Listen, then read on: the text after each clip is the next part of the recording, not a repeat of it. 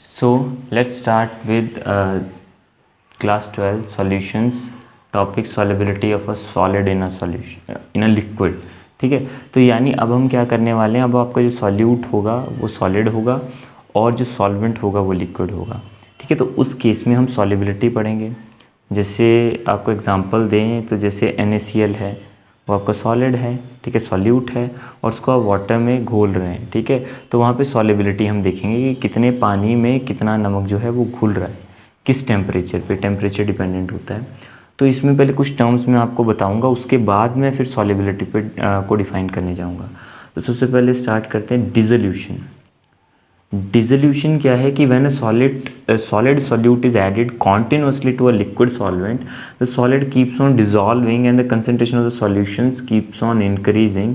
This process is known as dissolution। यानी अगर आप सॉलिड सॉल्यूट एक लिक्विड सॉल्वेंट में घोल रहे हैं, बार बार घोल रहे हैं, तो वो घुलता रहेगा घुलता रहेगा घुलता रहेगा। ठीक है, तो इसकी वजह से क्या होगा, उसकी कंसंट्रेशन बढ़ती रहेगी। कंसंट्रेशन क्या होता है कि कितना अमाउंट जो है आपने उस सॉल्वेंट में डाला है सॉल्यूट का, ठीक है, तो वो चीज़ बढ़ती रहेगी। तो आप इस प्रोसेस को बोलते हैं डिसोल्यूशन, मतलब घुलना। ठीक है, जैसे अगर आप नमक डालते हैं पानी में तो थोड़ा थोड़ा करके आप डालते रहें तो वो घुलता रहेगा। ठीक है, फिर एक स्टेज ऐसी भी आती है जब आप नमक डालेंगे तो वो घुलना बंद हो जाएगा। ठीक है, तो उसको आप क्या बोलते हो, उस टाइम आप क्या बोलते हो कि उस टाइम पे वो घुल क्यों नहीं रहा है, क्योंकि वहाँ पर जो सॉल्यूट के पार्टिकल्स हैं वो आपस में कोलाइड होकर वहाँ पे डिपॉजिट होना नीचे स्टार्ट हो जाते हैं। तो इस प्रोसेस को आप कहते हो, this process is known as crystallisation.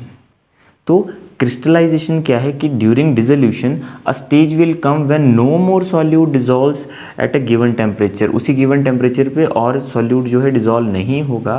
क्यों? क्योंकि सॉल्यूट पार्टिकल्स आपस में टकराते हैं और वहाँ पे सेपरेट आउट हो जाते हैं। मतलब उस सॉल्वेंट में बाहर, सॉल्वेंट से बाहर निकल जाते हैं, मतलब वो सेटल डाउन हो जाते हैं नीचे, वो घुलना बंद कर देते हैं। So this process is known as crystallisation. ठीक है, अब जब ऐसा होगा कि जब आपका जो उसमें सॉल्यूट है वो घुलना बंद हो गया है, तो उसका हम क्या बोलेंगे कि उस टाइम पे rate of dissolution becomes equal to the rate of crystallisation. मतलब ये नहीं है वो घुल नहीं रहा, वो ऐसा हो रहा है कि आप नमक डाल रहे हो तो वो नमक पानी में घुल रहा है और साथ के साथ पानी में पहले से डिज़ोल्व नमक जो है वो सेपरेट आउट हो रहा है। क्यों? क्योंकि उसमें कॉन्सेंट्रेशन बहुत ज़्यादा हो चुकी है नमक की, सॉल्यूट की, तो सॉल्यूट पार्टिकल्स आपस में टकरा के दे आर सेपरेटिंग आउट। तो ये दोनों काम हो रहे हैं वहाँ पर ऐसा नहीं आप बोलेंगे कि नमक जो आपने डाला वही वहाँ पे नीचे सेटल डाउन हो जाएगा, वो घुलेगा नहीं, वो लगातार ये दोनों काम चल रहे हैं वहाँ पे। यानी वहाँ पे डिसोल्यूशन भी हो रहा है और क्रिस्टलाइजेशन भी हो रहा है और दोनों का रेट यहाँ पर बराबर है। तो ऐसी स्टेज जहाँ पर ये दोनों रेट बराबर हो जाते हैं उसको आप सैचुरेटेड सॉल्यूशन बोल देते हैं। ठीक है, तो सैचुरेटेड सॉल्यूशन आपको पता लग गया और ये दो टर्म्स आपको मैंने बताई। अब मैं डिफाइन करूँगा कि solubility of a solid in a liquid क्या होता है। So now let us talk about the solubility of a solid in a liquid. ठीक है, जैसे कि आपको टर्म्स कुछ बता दी हैं, अब मैं सॉलिबिलिटी बता देता हूँ। सॉलिबिलिटी क्या होता है, देखिए सॉलिबिलिटी किसकी हम देख रहे हैं, सॉलिड की लिक्विड में किसी भी टेम्परेचर पे। ठीक है, एक पर्टिकुलर टेम्परेचर पे, जैसे टेम्परेचर चेंज करोगे तो ये चेंज हो जाएगा। ठीक है, टेम्परेचर डिपेंडेंट होता है ये। जैसे मान लीजिए आप क्या कर रहे हो, आप जैसे घर में कभी मेहमान वगैरह आए तो आप शरबत वगैरह बनाते हैं, तो उसमें आप क्या करते हैं कि गर्मियों के टाइम पे हम पीते हैं तो हम ठंडे पानी में जो है चीनी को घोलते हैं तो वो घुलती नहीं है। ठीक है, बट वहीं पे अगर आप अलग से थोड़ा सा हल्का सा गर्म पानी लेकर उसमें आप चीनी को घोल दें तो वो घुल जाएगी और बाद में फिर आप उसको ठंडे पानी में डाल के शरबत को अगर बनाएं तो वो जल्दी बनेगा, बजाय कि आप ठंडे पानी में चीनी को घोलें तो वो घुलती नहीं है। क्यों? The reason is the same, that it depends on temperature. With increasing the temperature the solubility increases. ठीक है, बट वो मैं आपको आगे फैक्टर्स में बताऊंगा। तो सिंपली यहाँ पर आपको क्या करना है कि यहाँ पर हम बात कर रहे हैं कि solubility of a solid in a liquid at any temperature is defined as the maximum amount of solid in ग्राम, मतलब जो भी सॉल्यूट लिया है वो ग्राम में कितना डिज़ोल्व होता है 100 ग्राम ऑफ लिक्विड या सॉल्वेंट। मतलब 100 ग्राम आपने सॉल्वेंट लिया, उसमें सॉल्यूट का कितना ग्राम डिज़ोल्व होता है उस 100 ग्राम में, उसको आप डिफ़ाइन करते हैं उस पर्टिकुलर टेम्परेचर पे सॉलिबिलिटी को। ठीक है, तो जैसे कि आपको बताया कि सॉलिबिलिटी एक ही टेम्परेचर पे क्यों डिफ़ाइन करते हैं, क्योंकि टेम्परेचर डिपेंडेंट होता है।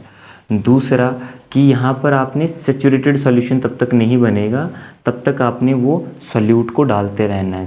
सेचुरेटेड सॉल्यूशन इससे पहले आपको बताया था कि जब वो उसमें घुलना बंद कर देगा, ठीक है, तो मतलब वहाँ पर दोनों रेट बराबर हो जाएंगे, ठीक है। एक ये बात आपको यहाँ पर ध्यान रखनी है। फिर दूसरा यहाँ पर जो है वो है फैक्टर्स, ठीक है, कि जो factors affecting the solubility of a solid है वो कौन कौन से हैं, ठीक है। तो पहला तो होता है इसमें nature of the solute and the solvent, कि सॉल्यूट और सॉल्वेंट के नेचर पे डिपेंड करेगा। और दूसरा जो यहाँ पर होता है वो होता है टेम्परेचर, ठीक है। तो पहले मैं nature of solute and solvent से शुरू करता हूँ। तो यहाँ पर एक बहुत ही स्टेटमेंट एक आती है दैट लाइक डिजॉल्व लाइक, ये आपको याद रखना है। लाइक डिजॉल्व लाइक का मतलब क्या है कि जो एक जैसे सॉल्यूट और सॉल्वेंट का अगर एक जैसा नेचर है तो वो डिज़ोल्व हो जाएंगे आपस में। जैसे अगर सॉल्यूट पोलर है और सॉल्वेंट भी पोलर है तो वो डिज़ोल्व हो जाएंगे, और अगर सॉल्यूट और सॉल्वेंट नॉन पोलर है तब वो डिज़ोल्व हो जाएंगे। अब पोलर और नॉन पोलर के बीच में डिफरेंस पहले आपको बताते हैं। जैसे NaCl, ठीक है, तो NaCl में क्या होता है, NaCl एक आयनिक कंपाउंड है, तो इसमें जो आयंस बनती हैं जैसे Na+Cl-, तो आपका कैटायन और एनायन बनती हैं, ठीक है। तो ये जो है इसको हम पोलर बोलते हैं। पोलर मतलब जहाँ पर चार्ज आता है, ठीक है। और वहीं पे वाटर को आप लें, वाटर एज अ सॉल्वेंट होता है। अब वाटर में भी क्या होता है कि ऑक्सीजन इलेक्ट्रॉन नेगेटिव होता है, तो इलेक्ट्रॉन नेगेटिव होने की वजह से हाइड्रोजन की शेड पर अपनी तरफ खींचेगा, उसकी वजह से यहाँ पर एक तरह से डायपोल मोमेंट आएगा आपका। क्यों?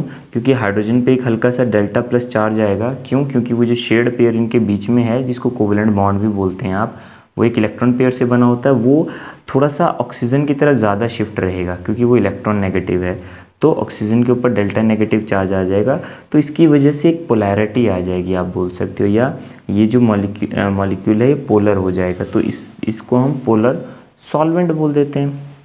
तो इसीलिए आपका एग्जाम्पल मैंने दिया NaCl जो कि पोलर सॉल्यूट का एग्जाम्पल है, और वाटर एक पोलर सॉल्वेंट का एग्जाम्पल है। वहीं शुगर आप देखें तो शुगर क्या होते हैं, कार्बोहाइड्रेट्स तो होते हैं आपके, ठीक है, कार्बोहाइड्रेट फॉर्म का ही होता है शुगर, तो वो आपका नॉन पोलर में आ गया, ठीक है, क्योंकि वहाँ पर ऐसे चार्जेस नहीं आते, ठीक है। तो इसकी वजह से अब जो पोलर सॉल्वेंट हैं वो उनमें पोलर सॉल्यूट ही डिज़ोल्व होते हैं। जैसे कि वाटर में NaCl डिज़ोल्व होता है ज़्यादा, और चीनी उसमें इतना ज़्यादा घुलता नहीं है जितना नमक ज़्यादा घुलता है, ठीक है।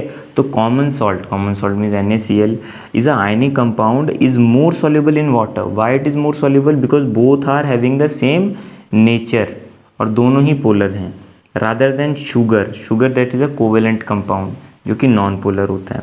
अब इसकी एक्सप्लेनेशन हम करते हैं कि जैसे पोलर में जो है वो प्रेफर क्यों करता है, डिज़ोल्व क्यों होता है, और नॉन पोलर को क्यों प्रेफर करता है। तो देखिए, सबसे पहले तो मैंने पोलर का एग्जांपल लेता हूँ, यानी आयनिक कंपाउंड्स के लिए, ठीक है। तो आयनिक कंपाउंड्स में क्या होता है कि आयंस होती हैं, और जो आपका जैसे पोलर सॉल्वेंट है उसमें भी चार्जेस डेवलप होते हैं आपके, तो इनमें आपस में क्या होता है, इंटरेक्शंस जो होती हैं वो इलेक्ट्रोस्टैटिक इंटरेक्शंस होती हैं, जो कि सबसे स्ट्रॉन्ग इंटरेक्शंस हम कहते हैं, ठीक है। तो यहाँ पर इलेक्ट्रोस्टैटिक फोर्सेस आते हैं किसके बीच में, ions of the solute and the solvent. Solute की आयंस और सॉल्वेंट के बीच में क्या बनते हैं, इलेक्ट्रोस्टैटिक फोर्सेस बनते हैं, उसकी वजह से आयनिक कंपाउंड सॉल्युबल होते हैं, ठीक है। वहीं नॉन आयनिक की बात करते हैं, तो नॉन आयनिक में क्या होता है कि नॉन आयनिक में सॉल्यूट या सॉल्वेंट की इंटरेक्शन होती हैं, या सॉल्वेंट की इंटरेक्शन होती हैं। These are due to the similar solute-solvent and solvent interactions, the non-polar dissolves in non-polar, ठीक है। तो ये तो था आपका पहला फैक्टर, जिसमें मैंने आपको बताया कि ये सॉल्यूट और सॉल्वेंट के नेचर पे सॉल्युबिलिटी कैसे डिपेंड करती है। दूसरा फैक्टर तो आप जानते ही हैं, दैट इज़ द टेम्परेचर, तो वो मैं इसके बाद आपको बताऊंगा that how solubility depends on temperature. थोड़ा सा मैंने आपको आइडिया दिया था यहाँ पे ऊपर एक एग्जांपल देके, बट और थोड़ा डिटेल में मैं आपको बताऊंगा।